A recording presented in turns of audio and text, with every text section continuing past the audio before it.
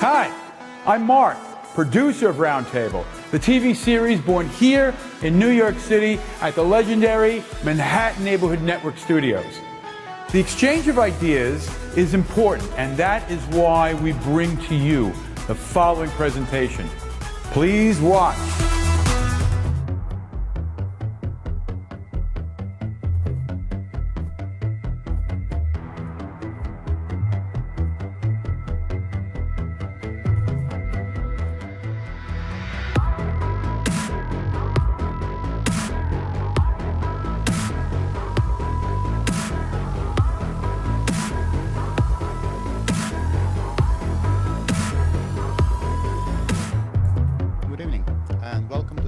Show at Manhattan Neighborhood Network. Tonight we will discuss very interesting aspect of being a photographer.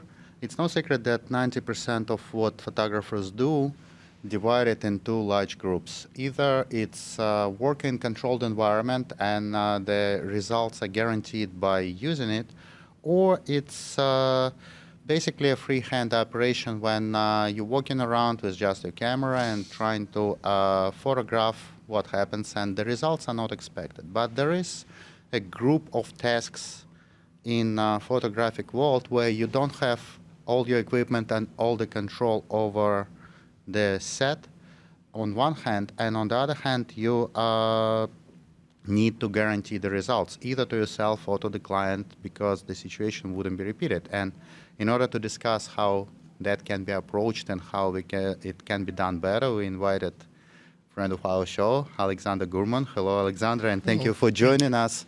So thank you for having me. Let's tell our viewers how you can approach this very tough situation when you need to guarantee the results and you can't physically have everything you might want and need with you, and come up with the amazing products like you do. Usually I start with a basic checklist. That would have very simple items, let's say 2 sets of spare socks. So when I go out and shoot the street photography, you know, sometimes you step in the water or your feet get wet, you want to have warm, fresh socks. I usually bring a cup of tea, like a water with me. Maybe a snack, something simple as that can help you to produce better pictures. Right now we are in the COVID world, so one of the things that happens is lack of bathrooms open in the public. So usually when I plan my trip, I think where the public bathrooms or the bathrooms that let's say I'm friends with the owners of the business and they let me in to go if I need to go to the bathroom break or wash my hands and stuff like that. So those little things can make your life easier and take your mind off like being a task with photography. So let's give a couple of examples of what those tasks could be, the ones where you need to guarantee the result, but the ones that happening on the go, which actually increased in amount since the epidemic started. Mm-hmm. A lot of things actually moved outside. A lot of internal facilities became unavailable one way or another. So well, today, for example, is a rainy day, and I had to shoot today a couple of commercials. And obviously, I don't have a luxury like you or access to such a beautiful, large studio. So, and I didn't want to invite those people to my home with my kids and wife. So I had to use the areas under kind of the bridge, like in the area where you and I live. There are a couple of those. And I kind of keep track of all the productions where it's still open space where we can have social distancing, but at the same time, we're not going to have rain on top of me. I have rainy, like a case for the camera. So if I want to shoot actually in the rain and I like to have those drops in front of me, I have that. Usually I have a backup camera if I really need to produce, because anything can go wrong. Your lens can die, your camera can die, so I would usually have a backup camera with me just in case the equipment will fail. Oh, so that's basically preparedness, and double preparedness is one of the keys. The plan. So like scouting the locations is important. So I kind of, if I am available to do the scouting before, I would do it like for the business purpose. If let's say I can give you example on the photography that I have to do now. My next task is a food photography. So these folks are pretty much unknown to me. I found them off the internet, and they're planning to start new business now, delivery food. And they're gonna make that food somewhere in the dungeon or like some kind of commercial kitchen. So I don't, and they wanted me to take pictures of the menu of the like dishes that they will prepare. I love to shoot that with natural light, but probably they don't have any windows, right? So it could be somewhere, you know, with a closed space. When I go out there, maybe it will be at night. Maybe even if it's they have windows, maybe I don't have a luxury of daylight. So a couple of lights with me would make a difference. Stand, so those kind of things I would think of when I go out on assignment. So essentially, you need to have a clear understanding of what will be the task in hand, and while you can't have all the equipment that could be useful, you can actually have it prepared and be ready for that particular task as much as possible. Yes. What I do, I think of myself a little bit of as a creator rather than just like producer. In that distinction, when I go out, let's say it's for street photography, and even if I have a plan, I'm ready to abandon that plan completely if something great shows up in front of me. So like, you also need to be open for the opportunity. You can go on assignment and you can see a fight. You can see a great, like a tragedy happening. You should be able to drop everything you do, understand that this has a value for YouTube. You can make millions of views on the YouTube for that. Something that you plan can wait for an hour or so, and you should be able to stop and do it. And one thing that might help in the streets of New York is NYPD Press Pass. It's not that difficult to get. Like, you need to cover like 6 public events for the city, apply with the NYPD, and you get that ability to pass the crowds. You get the ability to shoot where other photographers not able to shoot on the streets. Well, that's definitely a pretty helpful thing to have. But as I understand, one of the aspects of you being prepared, on one hand for everything and being well prepared with minimal equipment for the tasks on hand, is some of the pieces of equipment and some of the strategies related to equipment that you developed yourself. And right. that's actually one of the most exciting things. So a couple of tricks of my sleeve are following. The way I dress, I think that it's important to look presentable. So if you look like not shaved, you don't look really well, or you look very presumptuous, like too flashy, it's all bad. So when you look normal, people address you normally. So that's very, very helpful. When you groom well, when your clothes is clean, so those kind of things. I have clothes that I specifically made as a clothing line for photography, where it's like photography written all over me with my Instagram, with my Facebook. So I have a lot of logos. I use, like, I don't know if guys, camera 2, okay, like on my clothes, so they can see my name, right? Our new mutual friend who introduced us, Nikolai Komisarov, invented the much better picture or like production of the bracket that exists out there. We'll share with you shortly after we tape it the picture what it looks like. But basically, he combined the expensive good bracket that's available there, and he improved it with like a very cheap one, but makes it much more durable.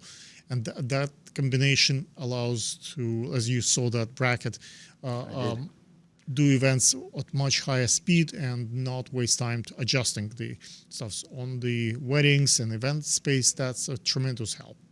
Wow. The bracket for the flash is actually one of the most essential parts of any event photography. As I understand, you're working with events as well as with commercial shoots. I think empty hands also very useful thing. Like one thing that I showed to you, like one of my monopods by Manfrotto, that allows you to grab and open and close it with just one hand and have the other hand available to you, is a very useful trick that I use often in production. I find it saving time and effort.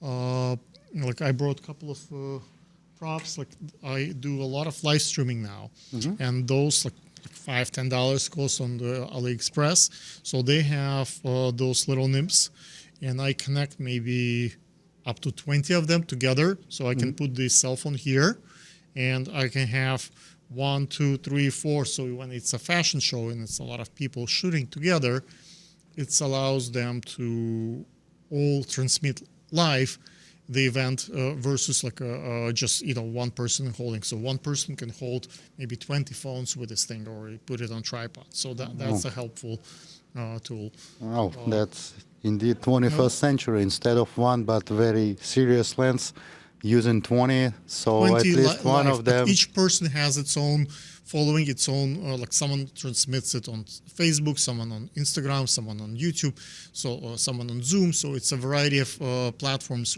that can be simultaneously transmit the show, and they all have their own following.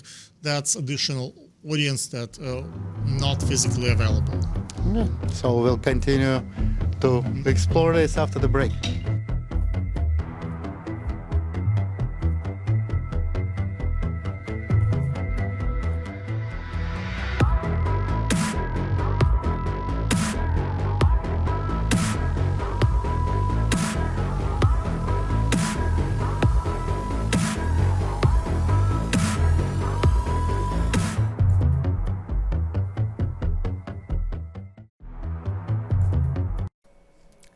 Hello, Alex AG from Single Shot is here with yet another single trick.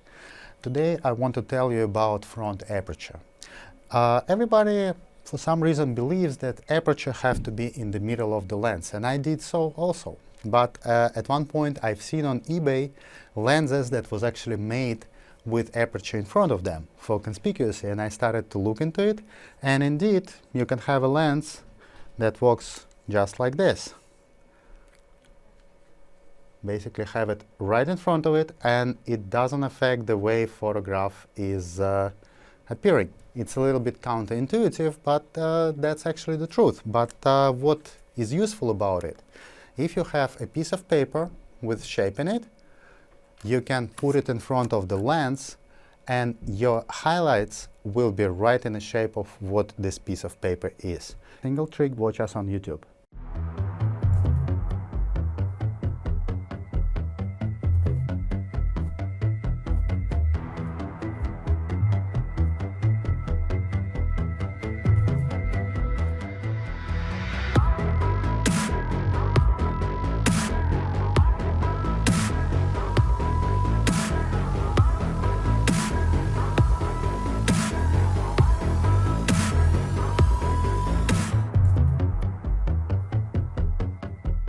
All right, we're back, and we was talking about using multi-point device. I don't even know how to refer it to, a camera or multi-camera setting. Live streaming, number of live streaming devices. Like I call it Christmas tree, because when I put it on my tripod, it's like looks like a Christmas tree, but instead of toys, there are cell phones there. Well, that's, sometimes I put it on dolly. It's kind of even can move. So with the proper light and proper microphone, every person gets much better quality. Nowadays, phones are pretty good, but if they have external sound and they have external light, the quality is so much better. And let's say it's a fashion show like we just had, or like a event, or like a wedding, and the bride, the groom, everybody wants to broadcast to their friends and family who couldn't make it.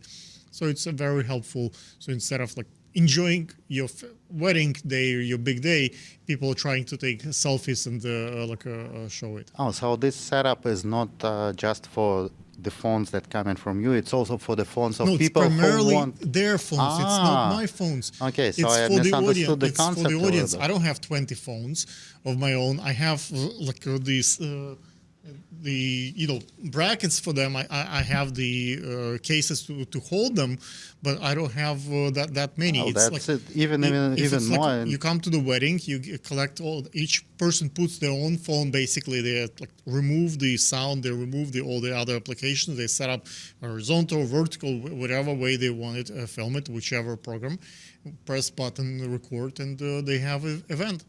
I have chargers, so I can charge like 10, 20 of them at the same time. All that stuff. It's a very interesting nowadays concept Wow, of filming. that actually sounds like the whole new media in motion pictures. Yep, I have quite a few friends right now who goes on streets of New York. I have the one friend of mine. He's Asian. He barely speaks English. He makes $2,000 to $20,000 a day filming streets of New York. He just walk with his Chinese accent. He talks about New York, and people give him a lot of money. He has millions of followers. It's like then we talk about various devices to strengthen his signal and stuff. But it's a pretty interesting concept of filming live, so people when they stay home and they would not be able to see things, and he guarantee that media. And if they pay him, he goes to certain locations and film for them. Oh, that's indeed unusual concept. Well, it's amazing how our world is changing due to all the technological advances, and at the same time because of the challenges that we're facing, and all of them are coming together to create basically a completely new world. Yes, one thing that feeds many photographers during the pandemic times is the real estate photography. A lot of people left New York City, and the market of real estate moved dramatically. So the prices went down drastically, and people hunting for great prices. In terms of real estate photography, I would suggest bring 2 tripods just in case things go bad, 2 cameras, shoot in RAW, like bracketing. I use 10 millimeter like a wide angle lens. It's instead of buying the the major brand, I buy Mika. It's like a quarter of the price of regular one, and I control it with my phone remotely, so I don't even don't press anything on the phone. So those there are certain settings that you can look up, but basically 5H and boom, and so there are so many big photography firms that provide those jobs. So it's very central. Like you cannot shoot it higher or lower. It's like whether you come to shoot or I come to shoot, it's not gonna have personal style. It's very rigid, like the way you have to shoot it, and it's that's how they do it. I think it's pretty awesome. As additional income for photographers. Well, even though the expectations are pretty set for real estate photography, let's just give the idea to maybe owners of real estate or real estate agents watching our show why it still makes sense to have a professional to shoot their property instead of trying to do it with their own iPhone, no matter how much they're advanced. So usually that's not a good argument to make. If people think that they can do a good job with their phone, it's very difficult to convince them otherwise. Usually what I do, I take one picture with the phone and one picture with my camera, and I show them the difference. So this is how you get it with your the latest phone, which I have right now next to me, and basically the latest camera. When you have an expensive item, and you want to move it quickly, and you want to sell it like for another like 50, 100,000 more than otherwise, I think picture speaks 1,000 words. You don't have ability to put, if it's, let's say, a nice apartment here in Manhattan that has, let's say, 28 bedrooms, you can put on only 3 pictures up, right? You cannot put 28 pictures of each bedroom. So you have very limited number of pictures you're capable to put up. Bracketing, all those things do really make your property to stand out, especially now when there are so many trying to sell. I think it's worth it. Those who don't think that way, it's difficult to convince them, but numbers are in my favor. If they can look at any real estate professional sellers or businesses, they all use professional photography that's standardized. It's also a liability issue. Now, I had experience recently, one of my friends, she is a amateur photographer in that sense. And when she got her job of real estate photography, what she did, she couldn't get the colors of the trees from outside. So what she did, she took pictures from the outside separately and she cut it and pasted in the picture. And the people who purchased that property wanted to get out of the contract.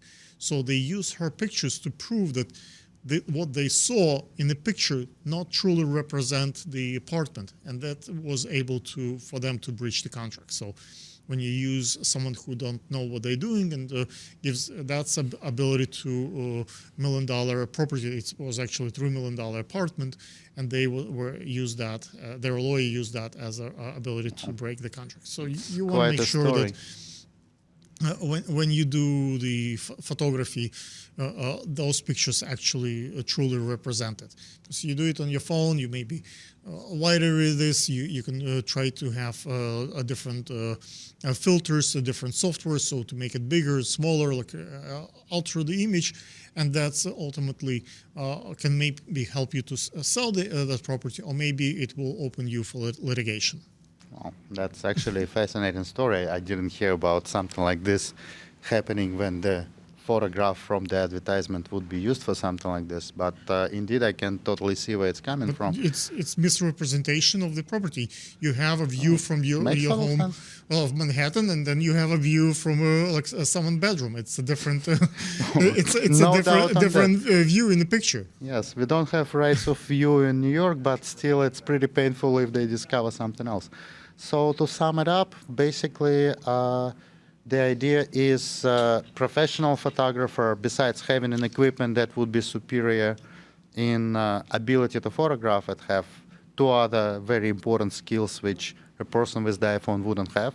One is understanding of composition and would know the right angle to photograph it, and understanding of lighting it properly, with all the limited opportunities to do it, especially when they're limited. But on the other hand, the professional photographer would know the right balance between photographing it naturally, so the people will know exactly what they're looking at, but on the other hand, not photographing it in a way that will diminish the actual appearance of it. True. Yeah, we can get back to this after the break.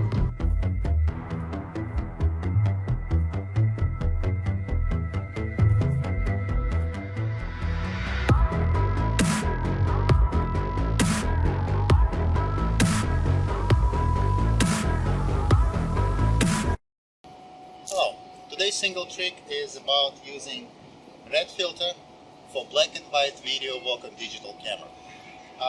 You can use it for digital photography as well, and it would be helpful, but it can do something with video that cannot be replicated by any editing, or it will take a lot of effort to do that.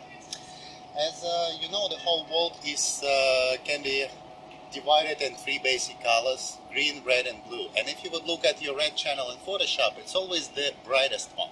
So if you start your video and apply a red filter to it, your high contrast image with a lot of black and a lot of deep white will be more even and give you twice as many halftones and basically more editing opportunities, more of the actual shadows you can play with. Thank you, and watch us on YouTube.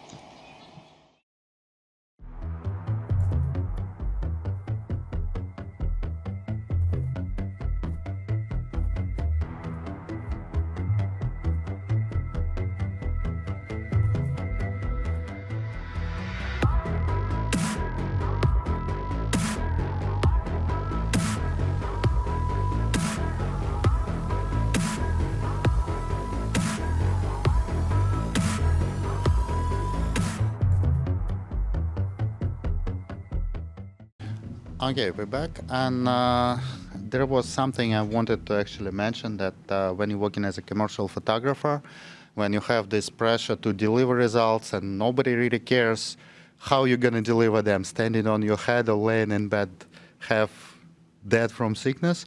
It really affects your creativity, and it's always important to have some kind of project that actually have a creative touch and allowing you to go in a creative direction, even with commercial production. So as I understand, you recently started to work on something pretty exciting in this direction. Music videos and cinematography. I'm trying to do now a full feature film, and it requires cinematic lenses, which are $20,000, $50,000 lenses for the video. And I found a way to get it very cheaply from old projector glass, and with your help, that's how we basically started the conversation to begin with this interview.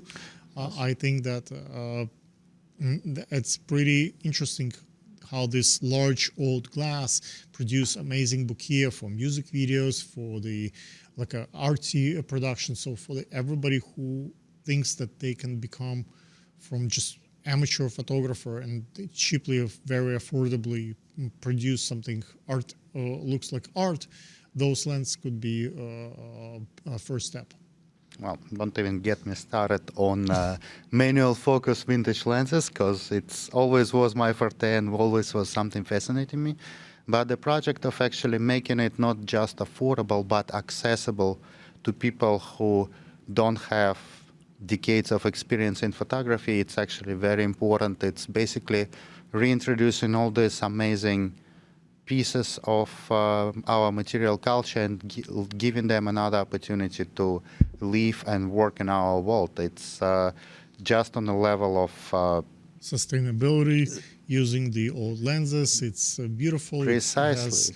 People collect things. It resonates with people on so many levels. I think it may have a future. Not to mention that one of the things that older generation of optics have, and the newer one not so much at best, is specific character, some unique look that unique. Sometimes is completely unmistakable.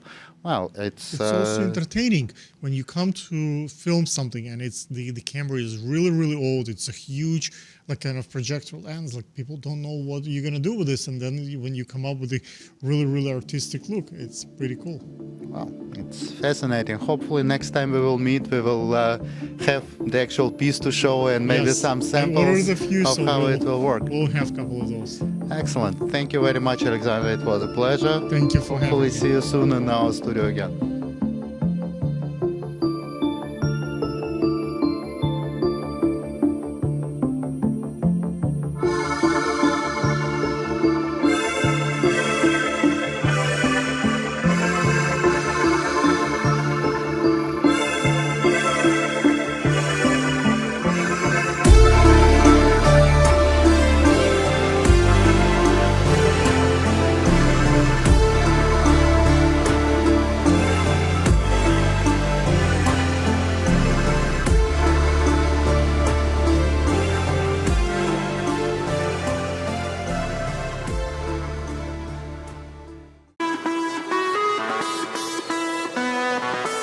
I hope you found that worth watching as much as I did.